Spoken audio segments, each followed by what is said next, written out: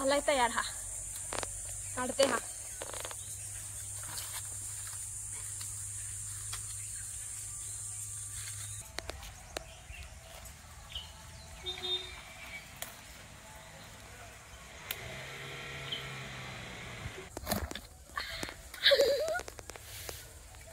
ये चला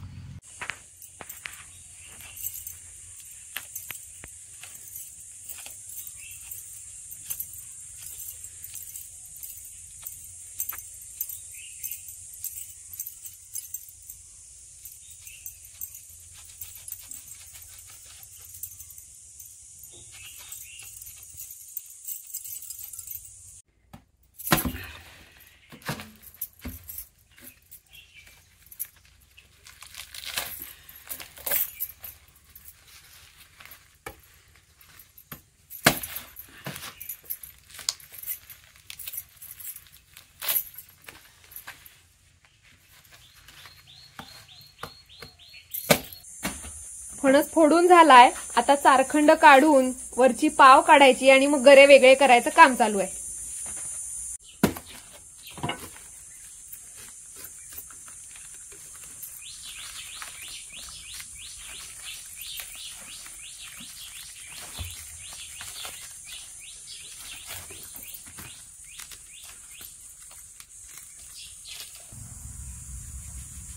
हाताला थोडं तेल लावून घेते म्हणजे चिकटणार नाही हाताला गरे काढताना। पाव काढून झाले आणि आता गरे काढायचं काम आहे।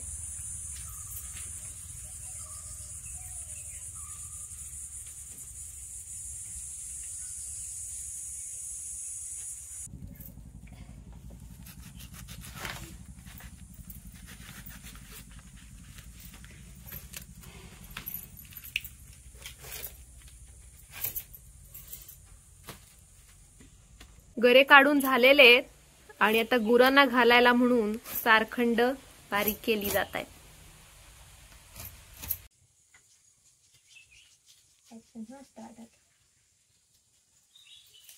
गरे काढून झालेत आणि आता त्याला एक चीर पाडून आठळ बाहेर काढून घेणार आणि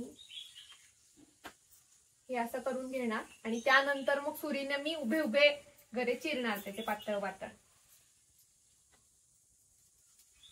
गरा खूप जाड नाहीये त्यामुळे चिरताना किती जाड पातळ करायचं हे प्रत्येक फणसावरती अवलंबून असतं।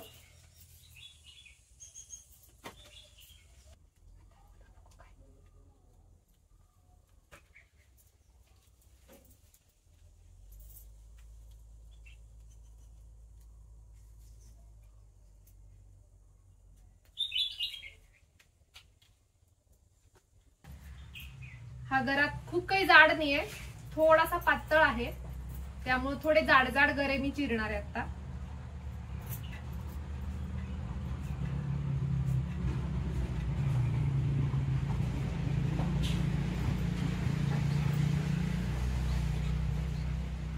गरा चिरताना हा जो साइडचा भाग आहे तो कापून टाकायचा, त्याची भाजी करता येते वेगळी।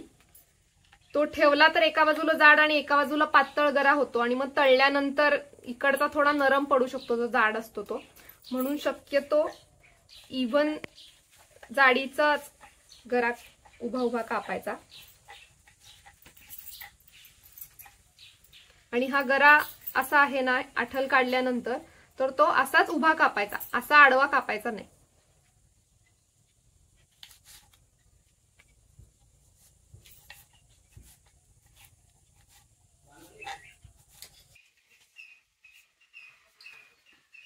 माझे गरे चिरून होत आले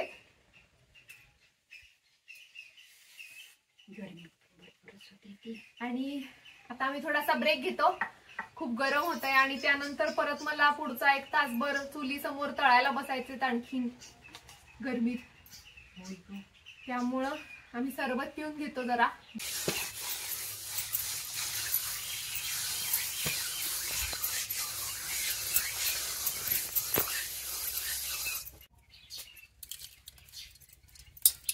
कढईला लेवण लावून झालंय आणि आता मी कढई ठेवतेय चुलीवर.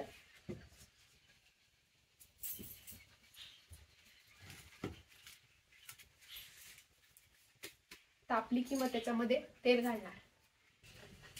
कढई तापली आहे चांगली आणि आता मी तेल ओततेय. हे खोबरेल तेल आहे.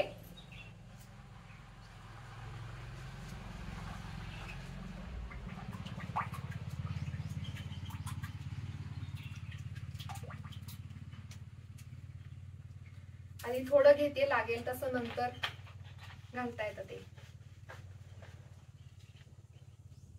हे पाण्यामध्ये मीठ घातलंय आणि हे मिठाचं पाणी आपण तेलात गरे सोडल्यानंतर अशी थोडी तेलाला उसळी येते आणि ते थोडंसं शांत झालं की मग 2 चमचे मिठाचं पाणी घालायचं. असं पाणी घातल्यामुळे काय होतं, एकसारखं सगळ्या गऱ्यांना ते मीठ लागतं, म्हणून तसं करायचं. आता गरे घालते. एकदम जास्ती पण घालायचे नाही.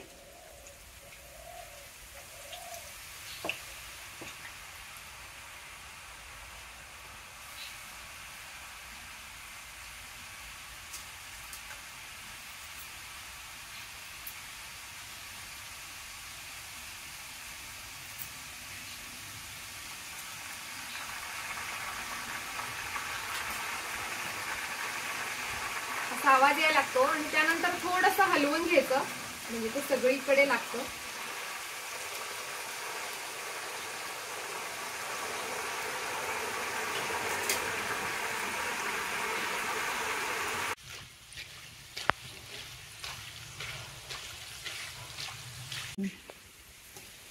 आवाज ऐकू येतोय, असा सळसळ आवाज येतोय त्यांचा. म्हणजे आता हे गरे काढायला झाले.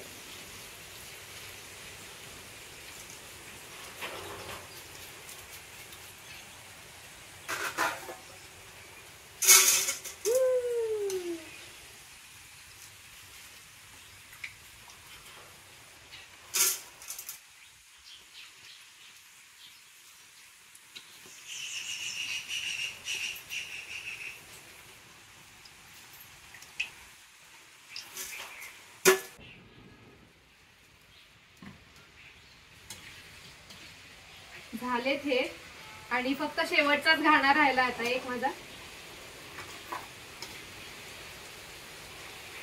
मस्त गोल्डन गोल्डन झाले.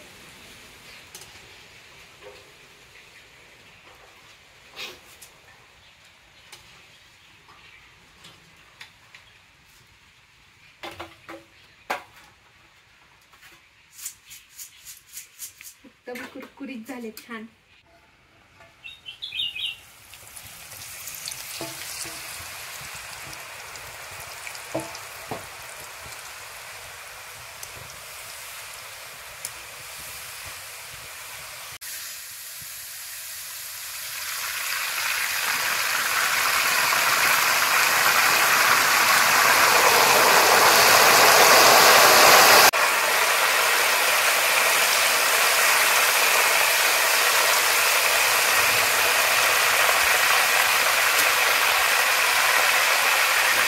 गरम खूप होतंय आणि मी मगाचपासून तासभर झाला मी चुलीपाशी बसले, पूर्ण भिजले घामाने. पण एवढे कष्ट करून माझे मस्त गरे तयार झालेत, एकदम कुरकुरीत छान आणि असे येलो गोल्डन झाले. फणसाचे तळलेले गरे छान थंड झाले आहेत आणि आता ते मी झिपलॉक बॅग मध्ये भरून ठेवतेय. तुम्ही कुठल्याही एअरटाईट कंटेनर मध्ये ठेवू शकता, फक्त ते माऊ नाही पडले पाहिजे तितकंच. कारण पावसाळ्यात पाऊस बघत बघत गरे खायची मजा वेगळी आहे. तुम्ही नक्की ट्राय करा.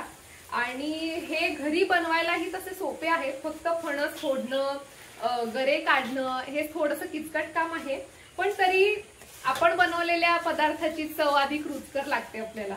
त्यामुळे नक्की घरी बनवून बघा, खूप सोपी पद्धत आहे. आणि हा व्लॉग कसा वाटला हे मला कमेंट बॉक्स मध्ये नक्की सांगा.